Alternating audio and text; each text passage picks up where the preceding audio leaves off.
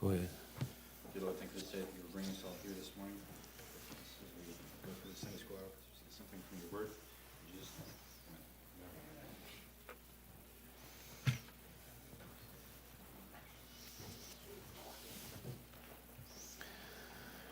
All right. 2 Kings. We are slowly making our way through.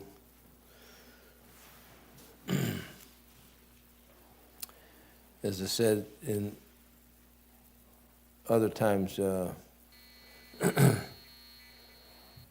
been a lot of things. Mallet, you remember, was the Indian slaughtered by the Aka Indians. He was 29 years old. And I come across this that he said the other day, and I thought, well, wasn't that the truth? Yeah. There'll be a lot of people who don't have time for their Bible, going to wish they did when they get there and find out these Indians couldn't even write, much less read.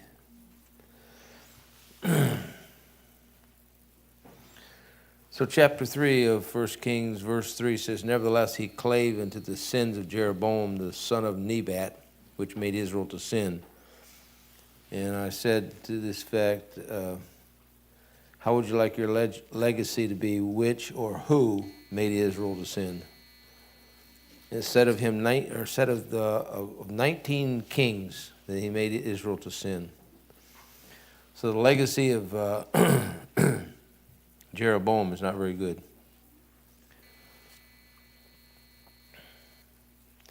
Chapter 4, which deals with the woman whose husband was dead and the creditors were about to take her property.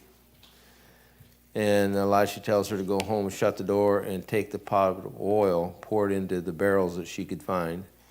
And she did, and the last barrel is filled. She sells them and pays her debt. Another one of those miracles. Chapter 4, verse 8 to verse 37 is the story of the great woman of Shunem. Elisha promises her a son. She has one. But he has some sort of a head trauma. It's in my head. And so I don't know what was going on, a headache or a aneurysm or whatever. But anyways, he dies. And Elisha brings him back up. Thank you, dear.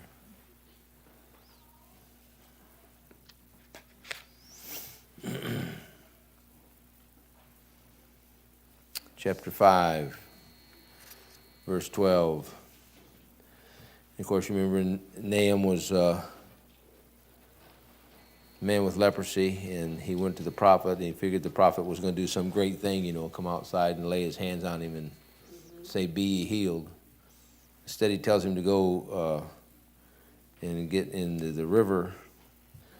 And he goes, are not our Abana and Pharpar rivers of Damascus better than the waters of Israel? My comment is simply, sometimes it pays to obey rather than speculate on God's method.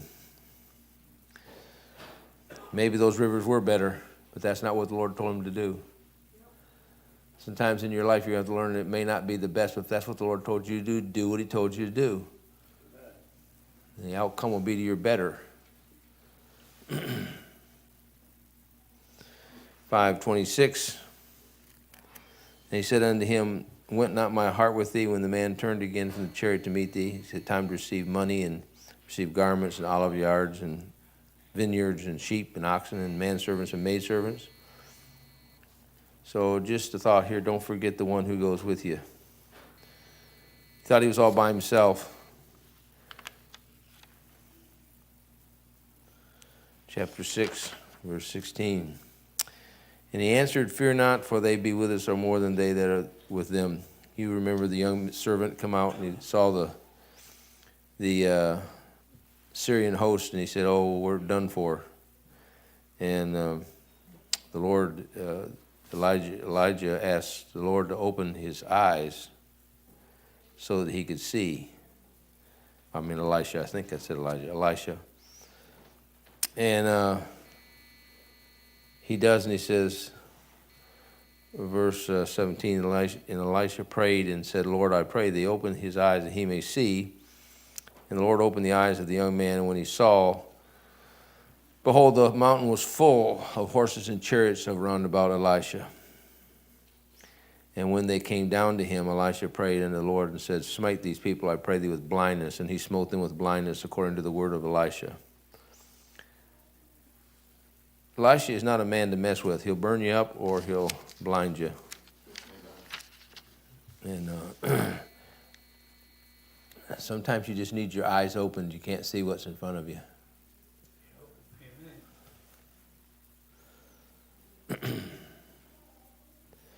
And I'm not going to go to those passages. You can look them up if you want to. Daniel 4:35 and Revelation 19:14. Those are armies.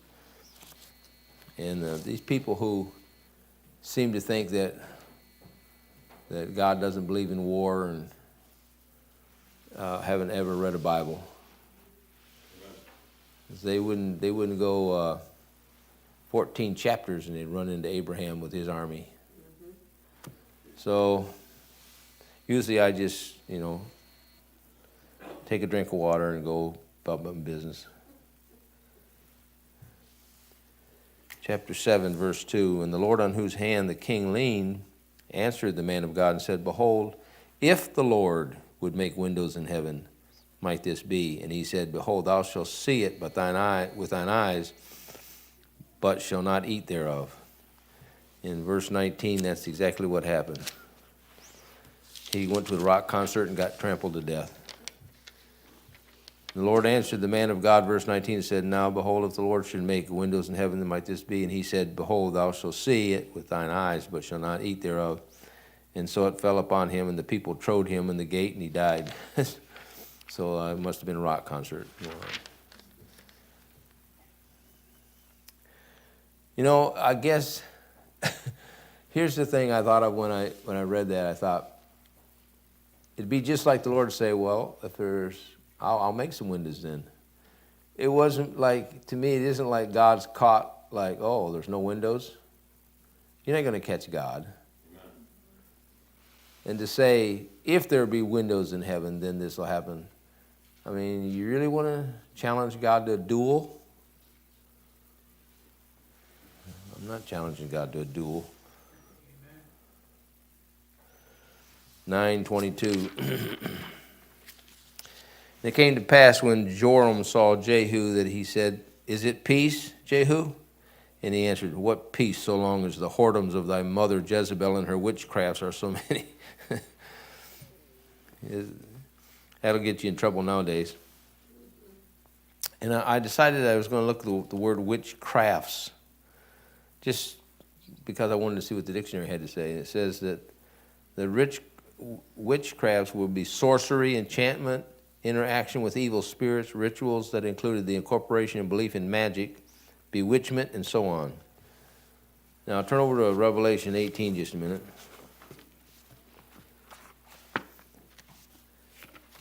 And we have had with the Wizard of Oz and all that stuff for so long that actually Christians don't even believe in witches anymore.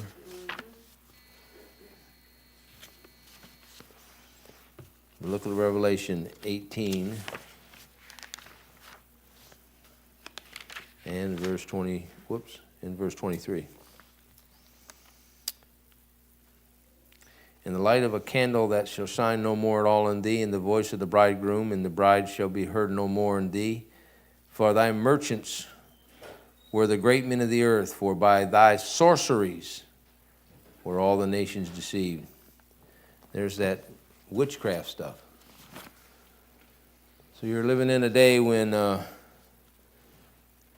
witchcraft has come back into vogue. Good share of your Hollywood actresses are witches, or claim to be witches, or whether they are actually or not, I don't know. Can't say that. The woman that played on Jag, she's a witch. She declares herself to be a witch. I think she's played a witch program, The Good Witch or The Bad Witch or The Witch Witch. And nobody says anything.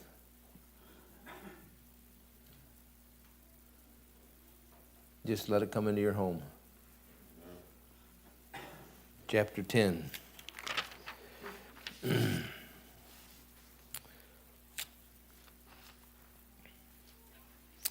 Verse 31 says, And Jehu took no heed to walk in the law of the Lord God of Israel with all of his heart, for he departed not from the sins of Jeroboam, there it is, which made Israel to sin. And you'll find that attached to the kings of Israel as you go through there. Even some of them that were good kings couldn't get away from what Jeroboam did. Not every Old Testament person left a legacy, but Jeroboam did. Chapter 11. You won't remember any of this, but I'm telling it to you anyways. Verse 1, chapter 11. And when Athaliah, the mother of Ahaziah, saw that her son was dead, she rose and destroyed all the seed royal. How's that for a grandma? I know there are times when you do that. And then it says, but Jehosheba, the daughter of the king Joram, sister of Ahaziah, took Joash, the son of Ahaziah, and stole him from the king's sons which were slain, and hid him, even him and his nurse, in the bedchamber for Athaliah, so that he was not slain. And later on we'll say they bring him out and make him king, and she cries treason. Yeah, well, she was from the Biden family.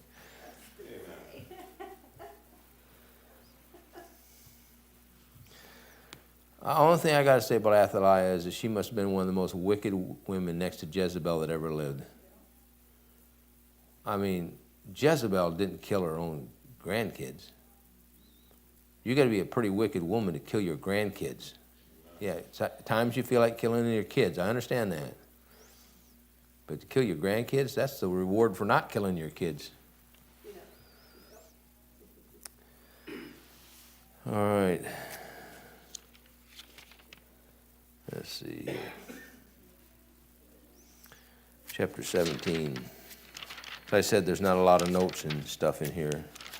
I even read some of it to see if I can find a note. Chapter 17. And here's an interesting thing. Verses 8 through 12 gives the order in destruction of the Western world. Now, I'll explain myself in a minute here. The Western world at one time, and you live in that world. This is the Western world. You live in it. And the Western world at one time believed the Bible was the Word of God. Yep. And they believed it was immoral to live together without being married. They believed divorce wasn't right. They believed the Bible was the Word of God. Even if they never read it, if you ask them, they'd tell you the Bible. But that Western world has given itself over to heathenism. And now the music that you hear and the talk that you hear and the dress that you see is heathens. And I'll show it to you here. Verse 8 says, verse 7. And so it was that the children of Israel had sinned against the Lord their God, which brought them up out of the land of Egypt from under the hand of Pharaoh, king of Egypt, and had feared other gods. Why should they fear other gods? And walked in the statutes of the heathen, whom the Lord had cast out from before the children of Israel, and of the kings of Israel, which they had made. And the children of Israel did secretly those things which were not right against the Lord their God, and they built them high places in the cities, towers of the watchmen to the fenced cities, and they set them up images and groves in every high hill and under every green tree. And there was burnt incense in the high places as did the heathen, whom the Lord carried away before them, and wrought wicked things to provoke the Lord to anger.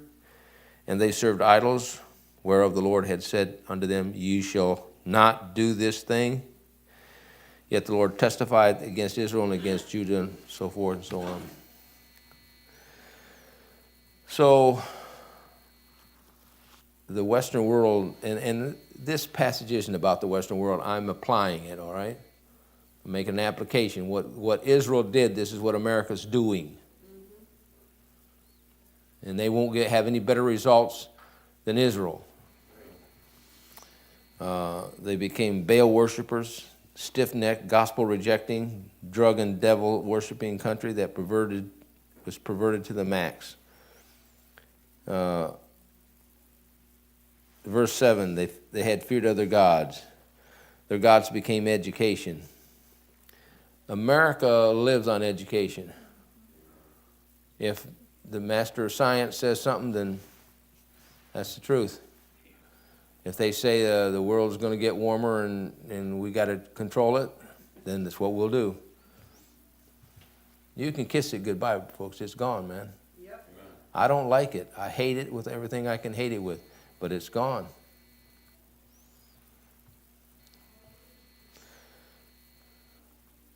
They put their faith, they put their faith in government. God, the government has become their God. And after the COVID-19 debacle, it was even worse.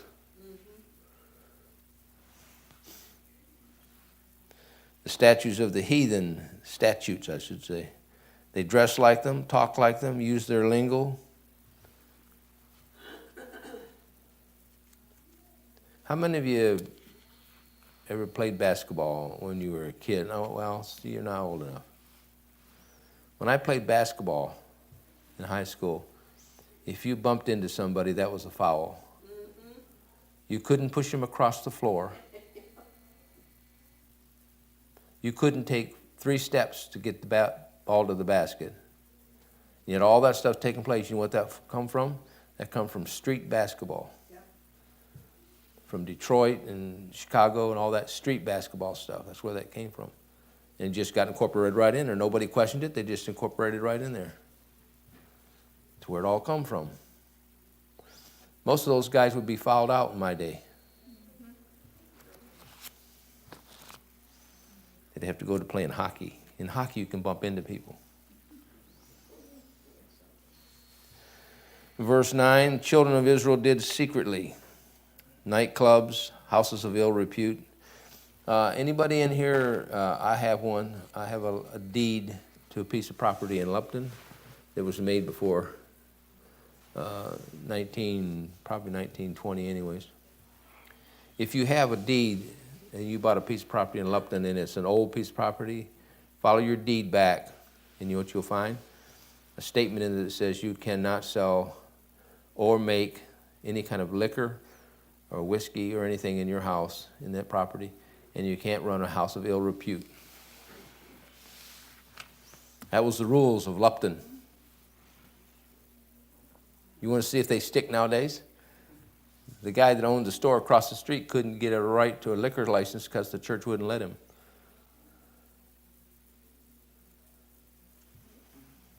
We've come a long ways, baby.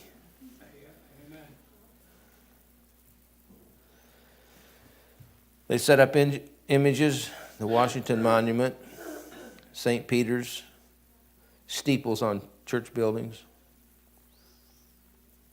Say, what are all those? Well, I'll tell you what you need to do. You need to get you a concordance or encyclopedia or your internet and look it up. You'll be surprised.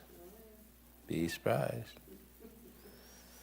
Verse 11, and they burned incense in the high places as the heathen whom the Lord carried away before them, and wrought wicked things to provoke the Lord to anger. They wrought wicked things to provoke the Lord to anger. Sodomy, gay rights, abortion, murder, and SECUS. You know what SECUS is? Sexual Information in the Educational Council of the United States.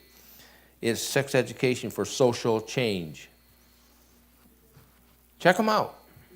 They'll tell you that's what they're trying to do for social change. We have to accept everything they teach. You have to accept sodomy. It's their right for them to be accepted.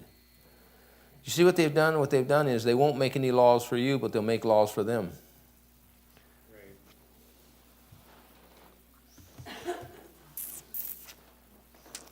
They've been working at this for 55 plus years. See, they don't quit. We quit when we lose a battle or we quit.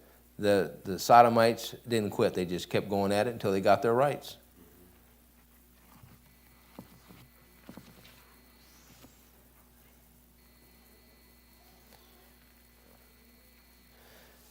For they served idols. The idols are gods.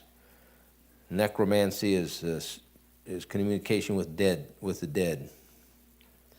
Astrology, palm reading, Dungeons and Dragons, and on it goes. That's all the stuff that's been incorporated in the United States. It's heathenism.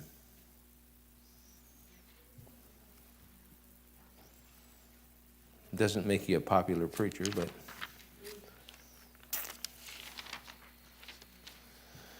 all right, chapter 19, verse 35.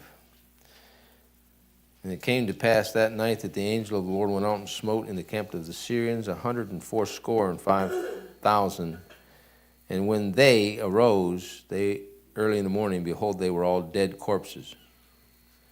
That verse has always stuck with me. I know what it means. I can read. But it looks like all these 195 men woke up realizing they were dead. Now, my opinion is, don't mess around with the Lord. If he can kill 195 people in one night, I don't think you want to.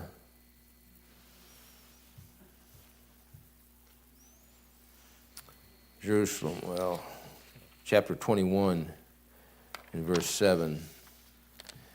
Says, and he set a graven image of the grove and made the house which the Lord said to David and to Solomon his son, in this house and in Jerusalem have I chosen out of the tribes of Israel, will I put my name forever.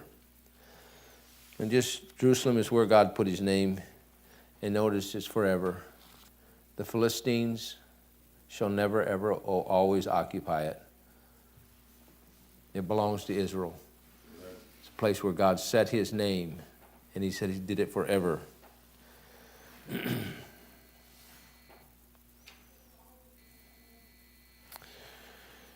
In chapter 21, just down to about verse 12, and he said, therefore thus saith the Lord God of Israel, behold, I am bringing such evil upon Jerusalem and Judah that whosoever heareth it, both his ears shall tingle. And I just said, whosoever heareth it, both of his ears shall tingle. We talk about, you have itching ears. Were your ears burning? Did you hear I was talking about you? That's where all that stuff comes from. 23, 25.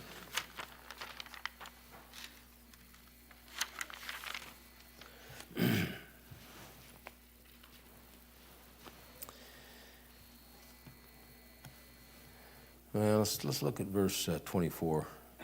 Moreover, the workers with familiar spirits and the wizards and the images and the idols and all the abominations that were spied in the land of Judah and Jerusalem did Josiah put away.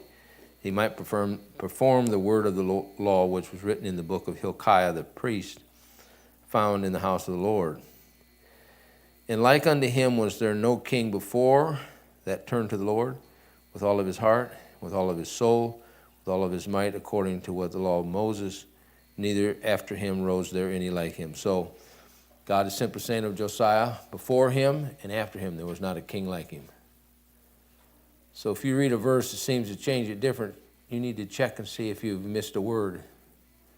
Okay? Because I have, most of the time in my Old Testament section, I have contradictions supposed.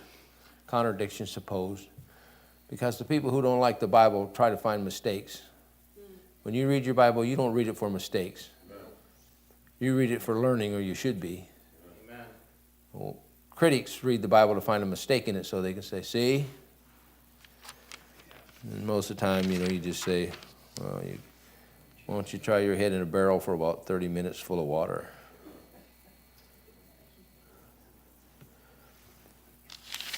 All right, 1 Chronicles. And 29 chapters, 941 verses, 20,368 words by somebody's count, not by mine. The author is not given, at least in the material it isn't, that I'm aware of. And some seem to think it might have been Jeremiah and others somebody else, but I don't know who it is. And you know what else? It really doesn't make any difference. I know who the real author is. Whoever penned down the words, he told him that's up to God.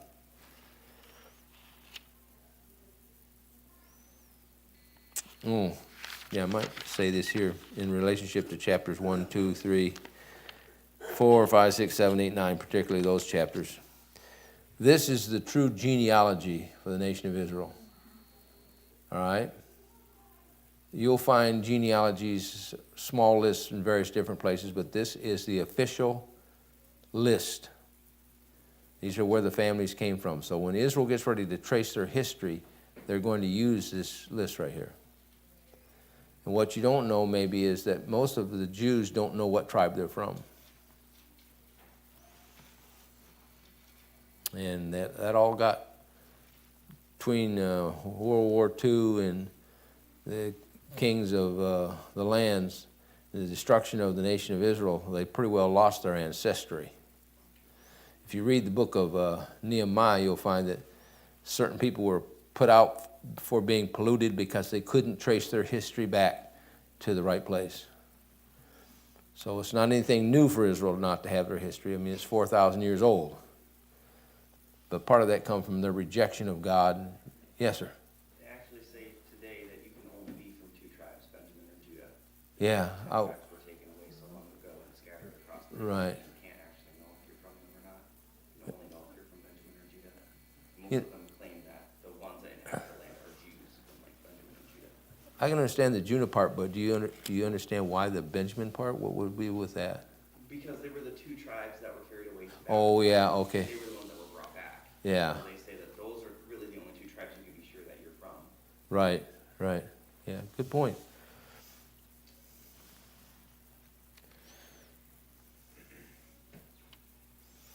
If it wasn't for the Mormons, we couldn't find ours. Maybe you don't know that. Okay. Verse 10, I just wanted to see in chapter 1 here. And Cush begot Nimrod, and he began to be mighty upon the earth. And chase that back down to verse 8. And the sons of Ham were Cush. So Nimrod comes from the Hamite tribe. And let's turn back here to Genesis a minute.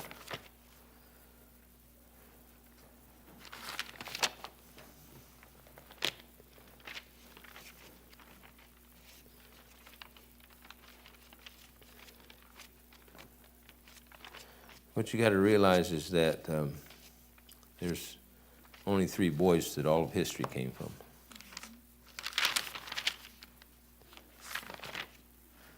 All right, chapter 10. It's in my Bible somewhere. All right, chapter 10. Look at verse 6. And the sons of Ham, Cush, Mizraim, and Phut, and Canaan, and he goes down the list here, and he gets down to verse 9. He says, or verse 8. He says, and Cush begot Nimrod. And Nimrod was a mighty hunter before the Lord, and whatever all that means, I'm not sure. But what you understand is a kingdom became from him, Babel. Now that doesn't make sense to you. Work at it a little bit. Chapter 1 back here again, look at verse 34. Just a note you might want to take note of. And Abraham begot Isaac, and the sons of Isaac were Esau and who? So we would normally say Jacob, but now you're in the official chronology of the nation of Israel, so it's Israel.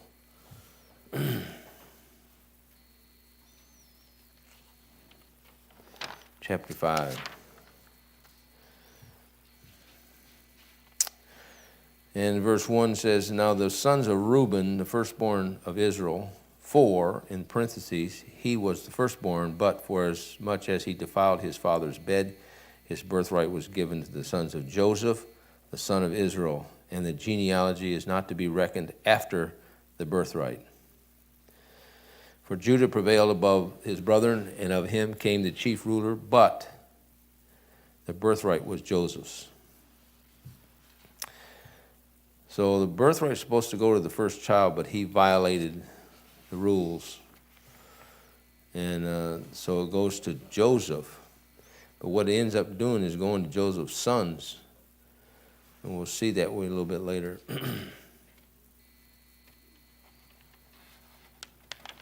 Chapter 10.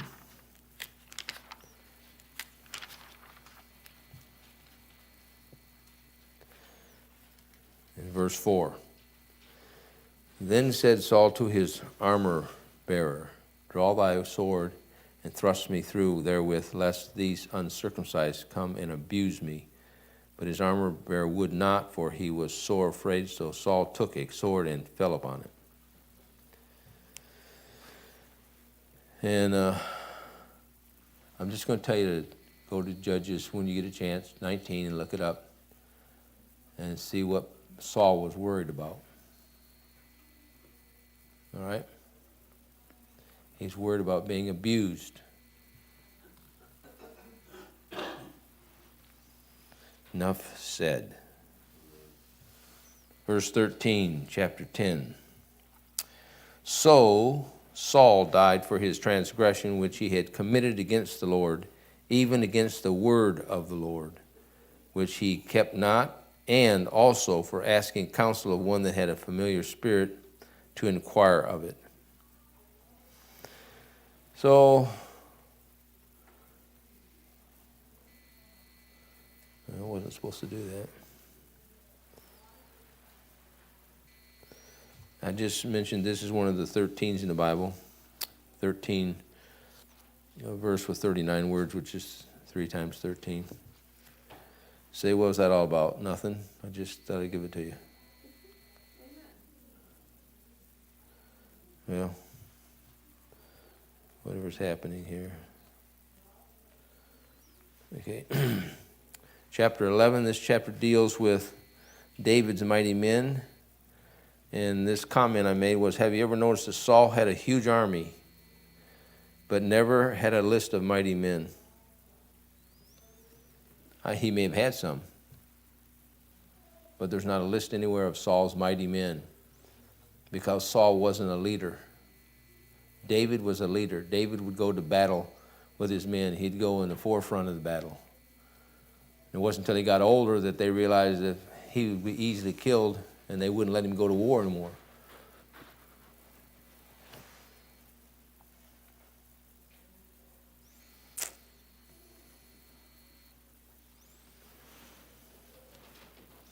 All right, chapter 13.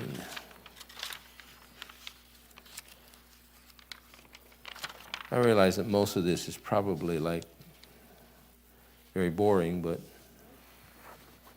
all right, chapter 13 and verse 7, and they carried the ark of God in a new cart out of the house of Abinadab. I'm not going to go into this. You know, when we came through 1 Samuel, we talked about the new cart, and it wasn't where they were supposed to move the ark and so forth. So we're not going to mess with that there. Verse 21, 16, I should say.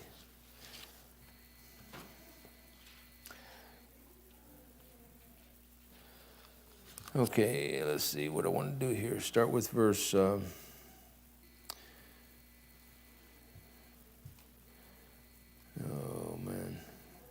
verse 17.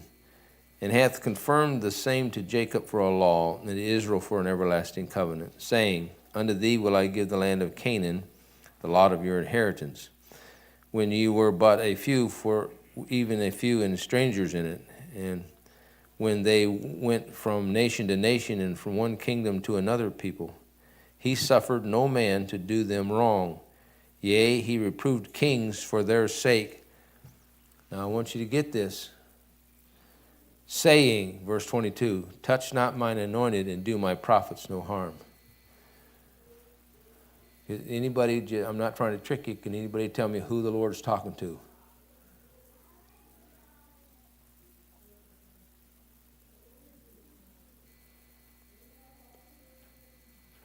Well, it's pretty clear for you in verse 21. He suffered no man to do them wrong. Them, who's the them? Israel. You can say it out loud. Israel. All right? What did he tell these nations not to do? Verse 22. He said, don't touch them. Don't mess with them. Now, why am I telling you this? Turn to Psalm 105. Hold your place there.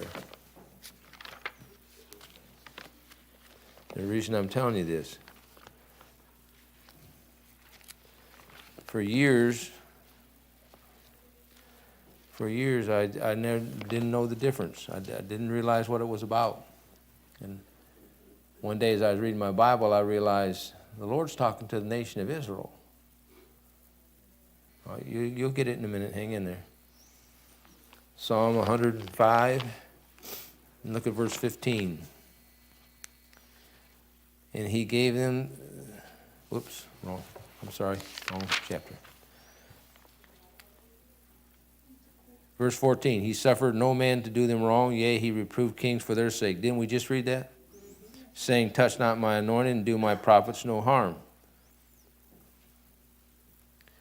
So from the passage in Chronicles, we understand that he's talking to the nation of Israel. And when he says, touch not my anointed, do my prophets no harm, he's not talking to preachers, telling people you leave the preachers alone. And I've heard that so many times, it's not funny.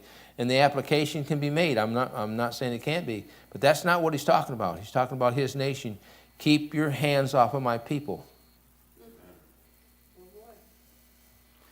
And America has turned her back on Israel in the last, we didn't before, but we had president got elected twice before that, and he didn't have much use for Israel. He was a Muhammad. And the current president has no use for Israel whatsoever. Neither does the current administration. So you know what that means? That means it's bad for us.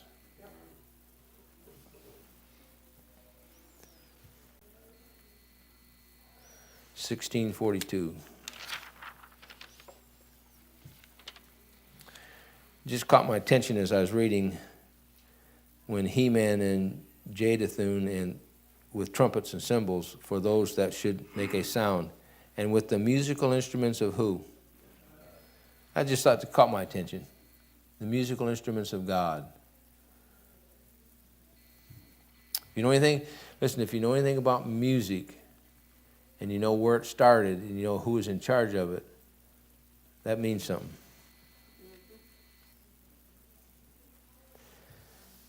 (28:9).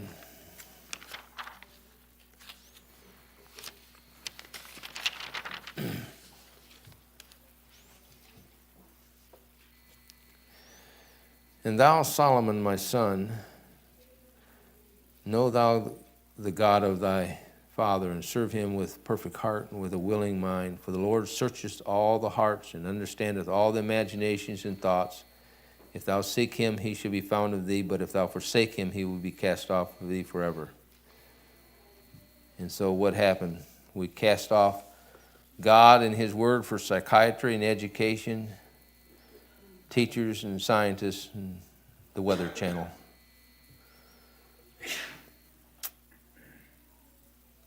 No matter how you look at this book, frontwards, backwards, in between, through the middle, if you mess with God's people and you mess with his word, there's a consequence to be paid. Chapters 28 and 29 are David's final words and blessing on his son Solomon. Despite what went on in the life of David, look what verse 28 says. I think it's 28 what I want. It can't be.